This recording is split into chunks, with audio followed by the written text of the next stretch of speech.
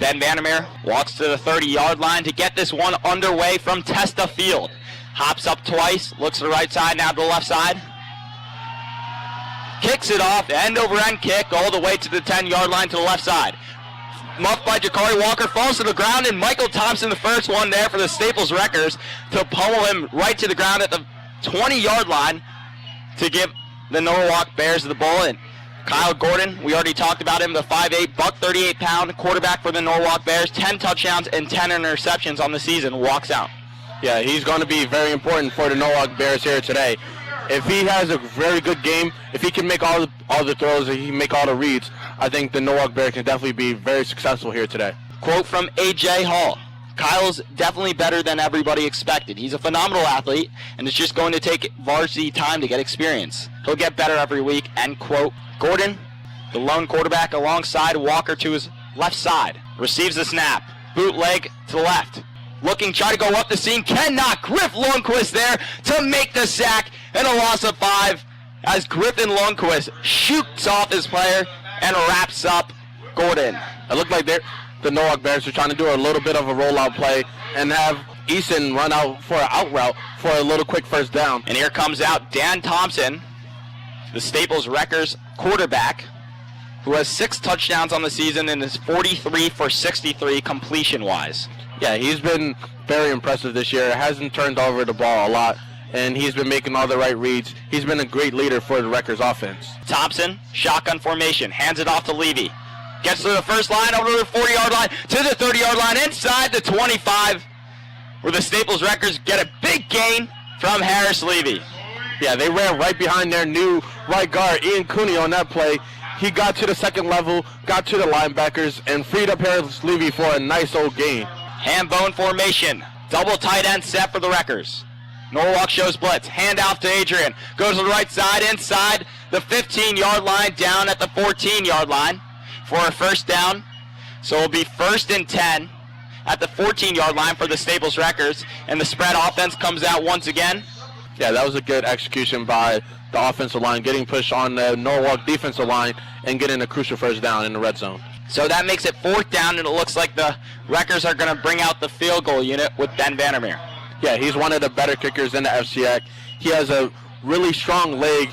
Runkle, the long snapper, Levy, the holder, and Ben Vandermeer, the righty kicker.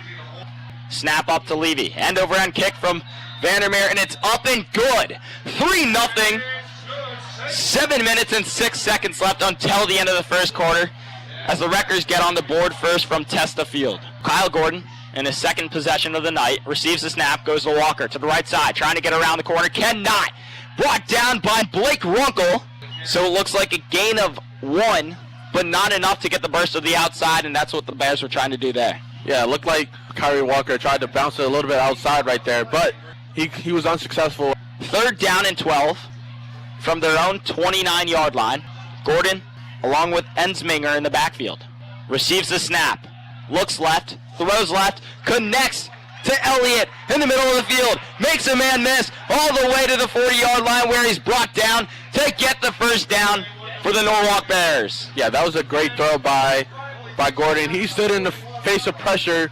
Big George Harrington was going right in his face, and he stood tall, threw a really good pass to Jalen Elliott. As he hands it off now to Etzminger, tries to go to the right side, back to the left side, where he's brought down once again by Jacob Lubell, who gets transferred from the cornerback position, moves in to a nickel position, and it looks like he's been thriving here tonight, playing more of a linebacker safety hybrid. Yeah, I think that was definitely his fit. I think he wasn't fast enough to be on the outside corner. Where he is right now as a safety hybrid, I think he's definitely thriving in that new position. 3rd and 12, a little bit more rush pressure. Gordon receives the snap. Bootleg to the left side. Lubell coming, trying to sack him, and he does! Down goes Gordon! Jacob Lubell in from the outside to get the sack, and Lubell is shining here tonight, playing that safety hybrid position. Wow, he ran all the way across the field. That 53.5 yards, he sprinted right to Gordon, and there's no way that you could definitely say, oh, you can just take a play off because it's on the other side of the field.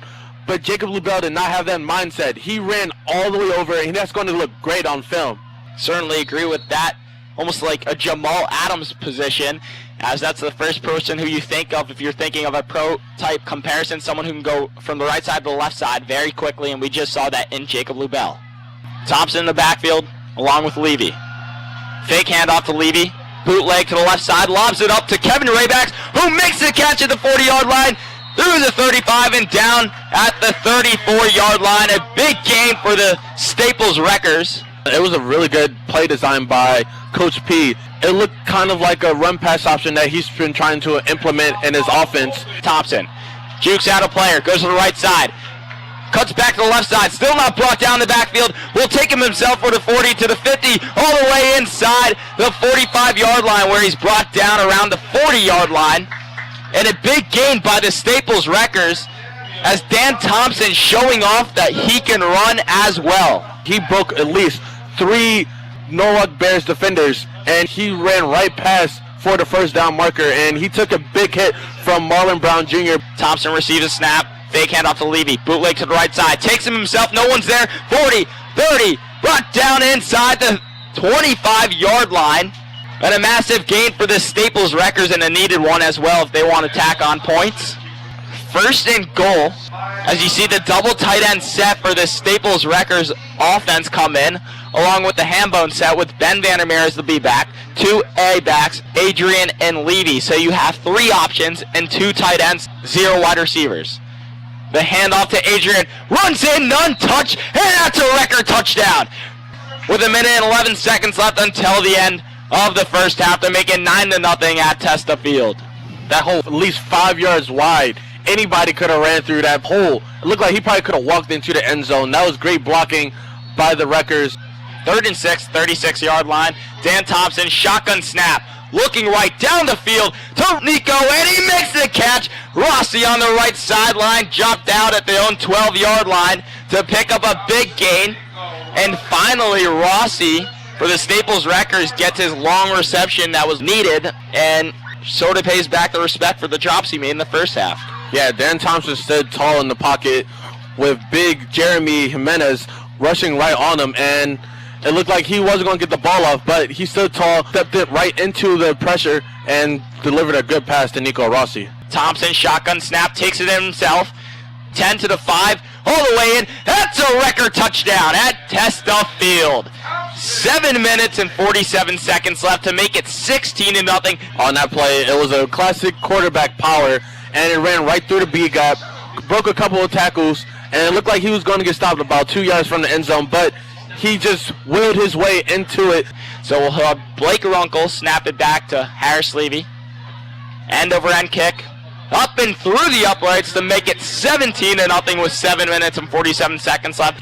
3rd and 10, Wreckers show blitz. Gordon scrambles the pocket, and down goes Gordon. Blake Runkle chases him down in the backfield. A loss of 5 to make it 4th and 15 at the 15-yard line with 7 minutes and 17 seconds left. Long snap to Thompson. Fake handoff to Levy to the 30, 20, 10. That's a Wrecker touchdown. They get another touchdown for Dan Thompson with 6 minutes and 19 seconds left. He'll make it 23-0 at Testa Field.